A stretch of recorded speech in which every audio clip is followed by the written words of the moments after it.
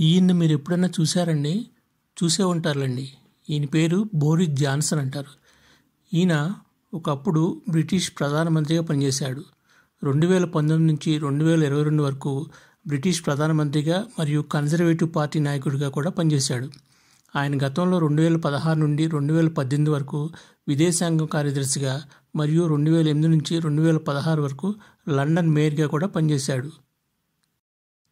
ఆయన ఎంత సింపుల్గా ట్రైన్ జర్నీ చేస్తూ ట్రైన్లో నుండి దిగుతూ ఆయన లగేజ్ ఆయనే మోసుకుంటున్నాడు. వేరే ఆయన హెల్ప్ చేస్తా అన్నా కూడా ఆయన ఒప్పుకోలేదు.